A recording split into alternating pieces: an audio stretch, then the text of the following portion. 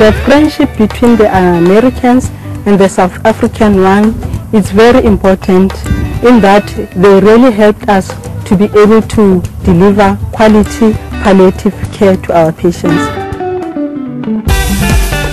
Here in South Africa, what we're working on is the spectrum of HIV care, prevention, and treatment. The United States Agency for International Development, with the President's Emergency Plan for AIDS Relief, this year will be supporting South African NGOs, community-based organizations, and hospices with about $600 million in funding. In Soweto Hospice, this year they'll receive $350,000 in funding that will be targeted at supporting the staff and the caregivers to get out to the communities, to see individuals in their homes, to help children with a safe place, provide them with support, provide them with meals.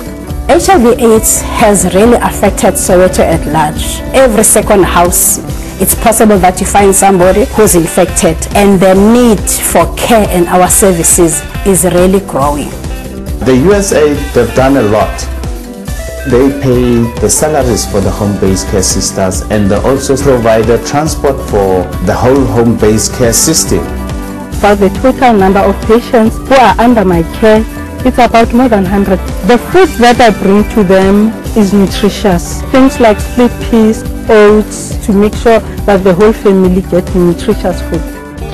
Soweto Hospice for me is a near and dear place. I see little babies after 6 months that have been on treatment and are beginning to flourish and grow.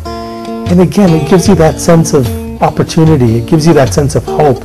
It gives you that sense of, we can beat this thing. We can beat this thing called HIV. They teach us a lot about what's inside our hearts and what we can do if we're willing.